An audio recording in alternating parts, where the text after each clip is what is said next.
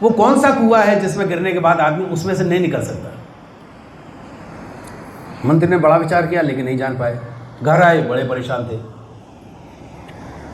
तो उन्होंने विद्वान लोगों को बुलाया, काफ़ी जो पढ़े लिखे थे धर्म के बारे में। बोले महाराज ऐसे कोई कह रहे कोई कुआं ऐसा है कि जिसमें गिर जाने के बाद आदमी बाहर निकल ही नहीं पाता है, ऐसा कौन सा कुआं, आदमी निकल ही आता है किसी तरह से। बोले जी ऐसा तो हमारे ने कोई देखा नहीं सिस्टम हमारे पास। अब तो मंत्री जी और परेशान हो गए, क्योंकि राजा ने कह दिया था कि तीसरे दिन अगर इसका जवाब लेके नहीं आए तो फिर आपको यम दरबार में भेज दिया जाएगा। इस संसार में रहने की आपको कोई जरूरत नहीं। ऐसे नालायक लोगों को मैं अपने यहाँ नहीं रखना चाहता जिनमें इतनी अकल ना हो। मंत्री जी की तो सांस फूल गई।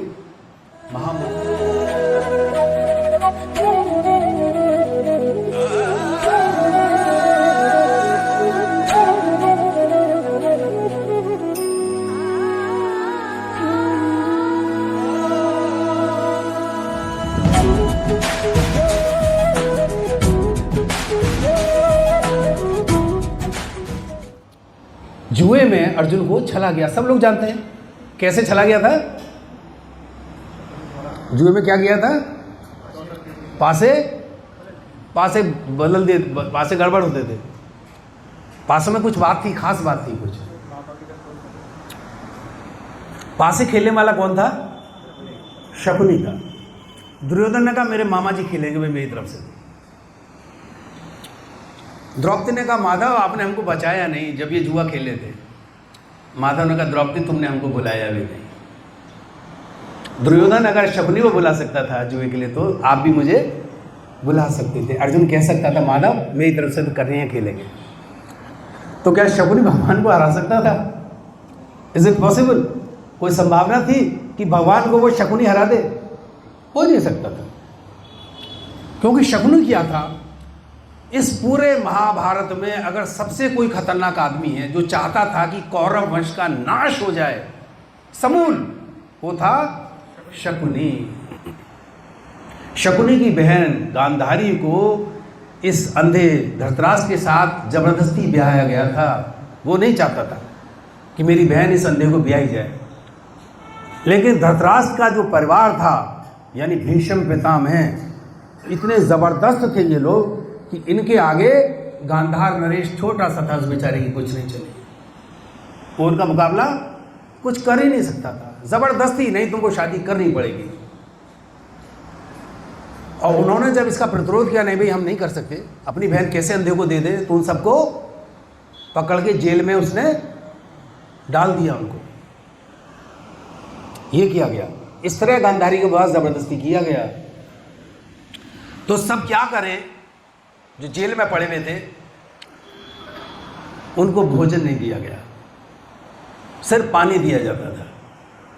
इस तरह गांधार के पूरे परिवार एक एक तड़प तड़प के वो लोग मरे।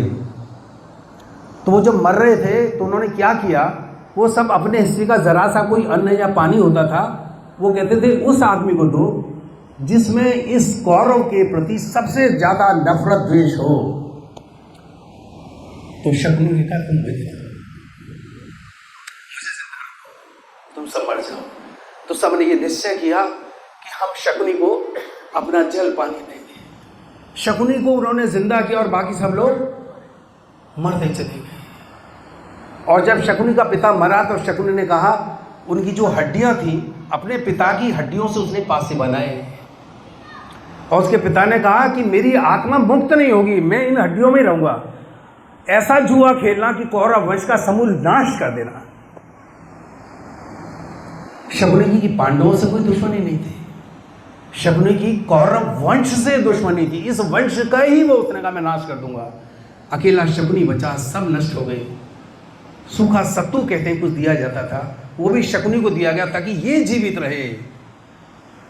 इसलिए शकुनी जीवित रहा और उसने बाद में धृतराष्ट्र की यहाँ वो उसका उनके बच्चों के साथ उसने कूटनीति चली और उनका सबसे बड़ा वो शुभ चिंतक बन गया। तो हम तो जानते भी नहीं है कि कैसे हितैषी होते हैं। और शुभ चिंतक के पीछे उसका प्रतिशोध था। उसने कहा इस कुरु वंश का मैं समूल नाश कर दूंगा।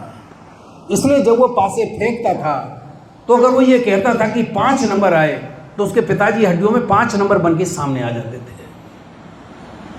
और इस बात को भगवान श्री कृष्ण के अलावा और कोई नहीं जानता था, सिर्फ ठाकुर जानते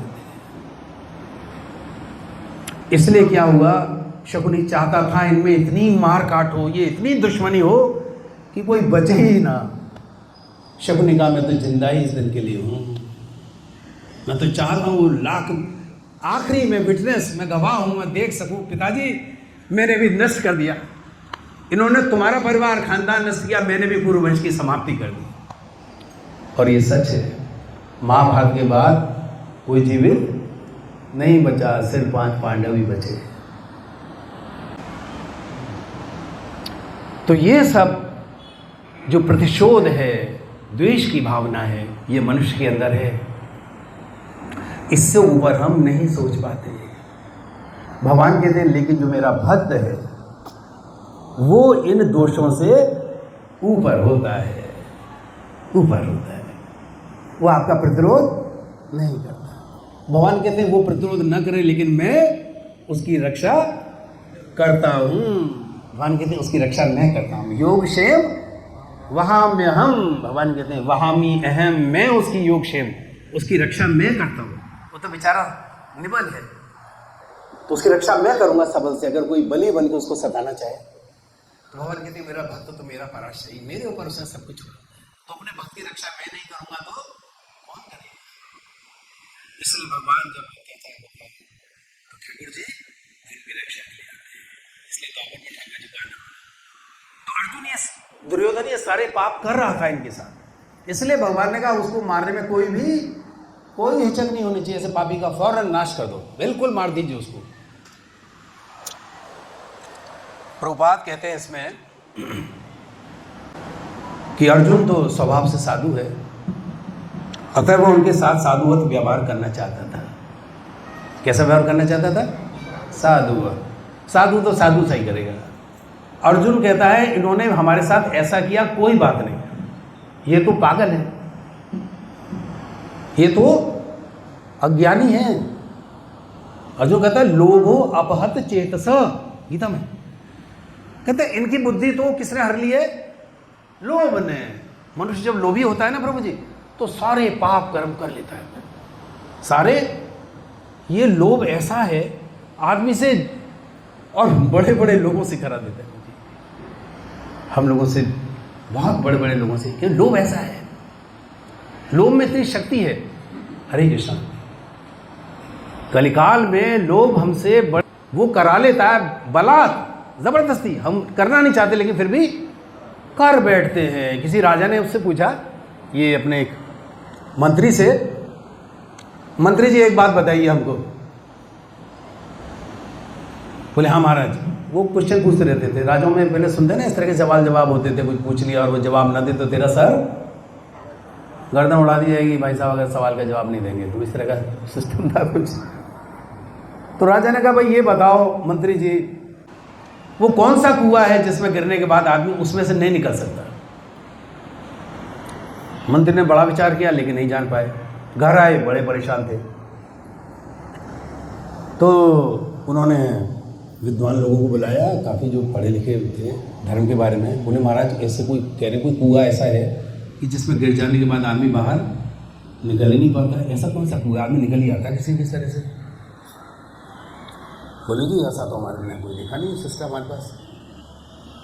अब तो मंत्री जी और परेशान हो गए, क्योंकि राजा ने कह दिया था कि तीसरे दिन अगर इसका जवाब लेके नहीं आए तो फिर आपको यम दरबार में भेज दिया जाएगा। इस संसार में रहने की आपको कोई जरूरत नहीं। ऐसे नालायक लोगों को मैं अपने यहाँ नहीं रखना चाहता जिनमें इतनी अकल ना हो। मंत्री जी की तो सांस फूल गई। महामंत्री थे, राजा के बाद नेक्स्ट नंबर, इज्जत की बात, सम्मान की बात। जंगल में चले गए घबरा के। जंगल में गए तो देखा एक गडरिया था और वो अपनी भेड़ चरा रहा था। भला आदमी था। उसने देखा अरे मंत्री के तो बड़े होश हवास उड़े हुए, चेहरा पीला पड़ा हुआ है, कभी आगे जाते हैं कभी पीछे जाते हैं। उसने कहा महाराज की जय हो। उसने कहा जय हो। बोले बड़े परेशान है महाराज, क्या बात है? बोले अरे यार तुझे क्या बताऊँ, अब हम तो बड़ी समस्या भारी पड़ गई है। बोले नहीं आप बताइए महाराज, हो सकता है हम भी भगवान का नाम लेते हैं जी, सत्संगी हैं, हो सकता है आपको कोई सलाह दे दें। मंत्री ने कहा हाँ यार जंगल है, यहाँ कौन देख रहा है कि मंत्री जी किससे सलाह ले रहे हैं, बाकी इसके पास ये क्या बताएगा बेचारा हमें। बोले भैया बात ये है, राजा ने मुझे ये कहा है कि ऐसा कौन सा कुआं है जिसमें आदमी गिर जाए और उसके बाद उसमें से निकल नहीं सकता। बोले अगर नहीं बता पाए तो क्या होगा? बोले सर कटवा देगा भाई। उसने कहा यार बात सुनो, तुम ये सर कटवानी और इसकी बात ही छोड़ दो आप। और राजा का नाम क्या? बोले राजा भोज। बोले अरे यार वो तो बड़ा धर्मी आदमी है, लेकिन उसने प्रण कर लिया, फिर गर्दन जरूर कटवा देगा। बोले ऐसा करो, मैं आपको ऐसी चीज दूंगा कि लाखों भोज भी तुम्हारे पीछे घूमते फिरेंगे, राजा के दरबार में नौकरी करने की जरूरत ही नहीं है, राजा ही तुम्हारा नौकर बन जाएगा। बोले अच्छा जी। बोले हाँ। बोले क्या करना होगा? बोले आपको मेरी भेड़ का दूध पीना होगा। तो यार भेड़ का मैंने कभी दूध नहीं पिया, कैसे पीऊँगा? बोले नहीं पियोगे तो फिर मैं राज नहीं बताऊँगा। बोले तो राज पहले बता दो। बोले राज ये है कि मेरे पास पारस है और मुझे श्राप लगा हुआ है कि पारस में उसी को दे सकता हूँ जो विद्वान हो, और आपको देखने से पता लग रहा है बहुत बड़े आदमी हैं। मैं आपको पारस दे दूंगा, लेकिन मेरी शर्त है आपको भेड़ का दूध पीना पड़ेगा ताकि मेरे प्रति आप वफादार रहें। राजा बोला काम तो बड़ा, ये मंत्री ने कहा कठिन है, लेकिन मैं नाक बंद करके भाई इसे पी लूँगा, और तो कोई बात नहीं है। बोले हाँ एक बात और है, ये जो दूध है इसे मैं पहले जूठा करूँगा, मैं थोड़ा पीऊँगा फिर आपको पीना पड़ेगा। बोले यार बड़े गंदे आदमी हो, एक तो मैं भेड़ का पिला रही हूँ और फिर मुझे कहते हो मैं पीऊँगा इसे जूठा करके फिर पिलाऊँगा। बोले ये तो मेरी शर्त है। बोले ये तो बड़ा मुश्किल काम है। बोले तुम फिर जाइए आप यहाँ से। बोले नहीं नहीं यार अच्छा है, मैं मेरा जूठा भी पी लूँगा, यहाँ कौन देख रहा है। बोले नहीं आपने एक बार मना किया है, अब और एक बड़ी बात हो गई है। बोले क्या बड़ी बात हो रही है? बोले जूठा तो आप पिएंगे, इसके अलावा बात यह है आपको मेरी भेड़ें भी चरानी पड़ेगी पहले एक बार, खुद डंडी से लेकर वो हाँक के आप सबको, और फिर मैं इसको दूध निकालूंगा, जूठा करूँगा, फिर पिलाऊंगा। बोले यार तुम मुझे भी गड़रिया बना रहे हो। बोले वो तो पक्की बात है, पारस दे रहा हूँ, छोटी मोटी चीज़ थोड़ी है। हरे कृष्ण। राजा ने कहा ये तो और भी खतरनाक बात हो गई भाई। बोले अब देखो एक बात सुनो, जितनी देर करते जाओगे कंडीशन उतनी और बढ़ती जाएगी। अब तुमने देर कर दिया, वैसा है अगर तुम्हें दूध पीना है तो एक कंडीशन और जुड़ गई है। बोले बताओ भाई। मुझे तो पारस चाहिए, पारस मिल गया तो मैं तो महल खड़े कर दूंगा सोने के। बोले महाराज आपको ये जो दूध है, खोपड़ी कंकाल है सामने पड़ा हुआ, उसमें पीना पड़ेगा। बोले यार मरे इंसान की खोपड़ी कंकाल में मुझे दूध पिला रहा है, यार कुछ तो सोच। बोले देख लो मैं फिर और शर्त लगाने जा रहा हूँ। बोले नहीं नहीं कोई बात नहीं यार, मैं तेरा जूठा सारी भेड़ें चरा के और इस कंकाल जो खोपड़ी है इसमें दूध भैया डाल दियो, इसका पी जाऊंगा, मुझे पारस दे दियो। गड़रिया बोला बस तुम नहीं निकल सकते बाहर। बोले क्या मतलब? बोले महाराज लोग ऐसी चीज है, आदमी गिरता चला जाता है, गिरता चला जाता है, गिरता चला जाता है, तुम कंकाल की खोपड़ी तक में दूध पीने को तैयार। एक इतने बड़े साम्राज्य के महामंत्रियों क्यों लोभ है। महाराज ये जो लोभ है ना, लोभ से बड़ा कोई कुआं नहीं है, इसमें जो गिरता है वो गिरता ही चला जाता है, इससे बाहर वो नहीं निकल सकता। महाराज लोभ है वो कुआं। महामंत्री ने उसके पैर पकड़ लिए। बोले महाराज आज तो आपने मेरा जीवन मुझे एक बड़ी शिक्षा दी, अब समझ में आया, आज तक जीवन भर हम यही तो करते रहे, हर अन्यायी को, हर गलत काम को क्यों स्वीकार कर लेते हैं? लोभ से, ग्रीड, कामेश क्रोधेश रजोगुण समद्भव महाशनो महापापमा विद्येनम वैरणम। भगवान गीता में कह रहे हैं अर्जुन, ये लोभ और लालच कैसे पैदा होते हैं? रजोगुण से, कामनाओं से। जो रजोगुणी होगा उसकी खासियत होगी, वो डिजायर, इच्छाएं उसकी होंगी, बड़ा मकान, बड़ी दुकान, बड़े बच्चे, धन, पैसा, यश, प्रतिष्ठा, सारी दुनिया हमको नमस्कार करे, साहब बड़े आदमी हैं। ये क्या है? कामनाएं हैं, और इन कामनाओं को पूरा करते करते भी संसार से चले जाते हैं। आखिर तक ये कहते कहते भैया ये तेरी है, ये संपत्ति वहाँ है, फलाना ठिकाना, आखिर में भी भगवान याद नहीं आता। तो भगवान कहते हैं इन कामनाओं का, इस विषयी जीवन का कोई अंत नहीं है। तो अर्जुन भी क्या कर रहे हैं? यही काम कर रहे हैं। कह रहे हैं देखो जी, अगर भाई बंधुओं को मार दिया तो फिर इस राज्य युद्ध करने का लाभ क्या है? बोले आदमी कोई इतना बड़ा रिस्क लेता है, मारा मारी, इसीलिए कि मेरा परिवार ये सुखी होगा, राज्य मिल के भोगेंगे, घोड़ों पे चलेंगे, डांस होंगे, यश मिलेगा, प्रतिष्ठा मिलेगी, ऐश्वर्य होगा। ये सब मर गए तो मैं अकेला क्या करूँगा? क्या सुख है? तो अर्जुन भी हमारे जैसा ही, वो भी ऐसे प्राणी है बेचारा, यही सोच रहा है। और भगवान जानते ही भोला प्राणी है, इसके ऊपर कलयुग का प्रभाव चढ़ने लगा है, रजोगुण इनके ऊपर प्रभावित कर रहा है। वास्तव में ऐसा नहीं है। अर्जुन को ये सब नाटक हमारी वजह से करना पड़ रहा है। अर्जुन हम सबको टीचिंग, हम सबको शिक्षा दे रहे हैं, क्योंकि अर्जुन तो जानते ही थे कि ये भगवान हैं, और भगवान ने उसका हाथ इसीलिए पकड़ा था क्योंकि भगवान का भक्त था। ये नर नारायण की जोड़ी बहुत पहले से है, अर्जुन भगवान का भक्त है, तो भगवान उसको तो कन्फ्यूजन होने का कोई मतलब ही नहीं है कि उसके शक आ गया कि साहब मैं क्यों लड़ूं, अपने भाइयों को क्यों मरवाऊं, लेकिन ड्रामा करना पड़ता है।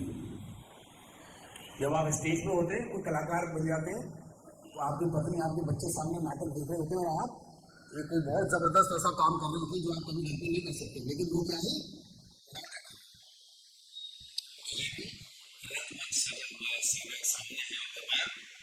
एक महत्वपूर्ण संदेश हम सबको, इस पूरी मानवता को दे रहे हैं कि हमें अपना जीवन कैसे जीना चाहिए।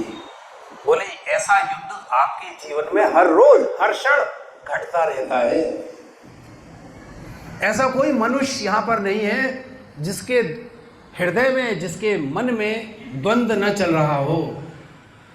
सबके चल रहा है, चिंता लगी हुई है, ये कैसे होगा, वो कैसे होगा, किसी को घर की चिंता है, किसी को परिवार की चिंता है, सैकड़ों काम आपके दिमाग में चल रहे हैं। तो भगवान कह रहे हैं ये महाभारत तो हर प्राणी के मन में है, इसीलिए आपको गीता सुनाई जा रही है, ताकि इसको अगर आप सुन लोगे तो इस युद्ध को करते करते भी तुमको ये समझ बनी रहेगी कि क्या ठीक है और क्या ठीक नहीं है।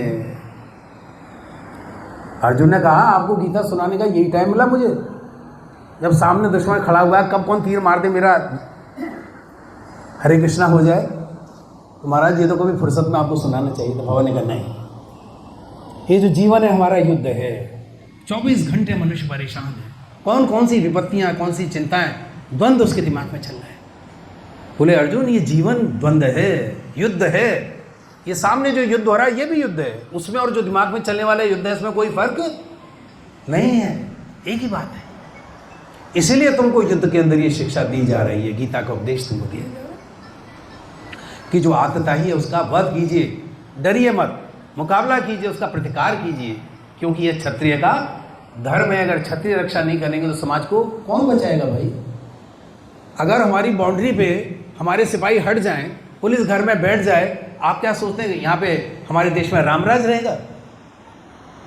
आपके घर पे अभी आके लूटमारी शुरू हो जाएगी, क्योंकि बाहर निकाल देंगे आपको। सारे गुंडे मवाली जो समाज में बैठे हुए, जो अभी तक पुलिस और प्रशासन के डर से रुके हुए थे, वो स्वतंत्र हो जाएंगे। अब उन्हें कोई रोकने टोकने वाला है ही नहीं, तो भले लोग जी पाएंगे क्या?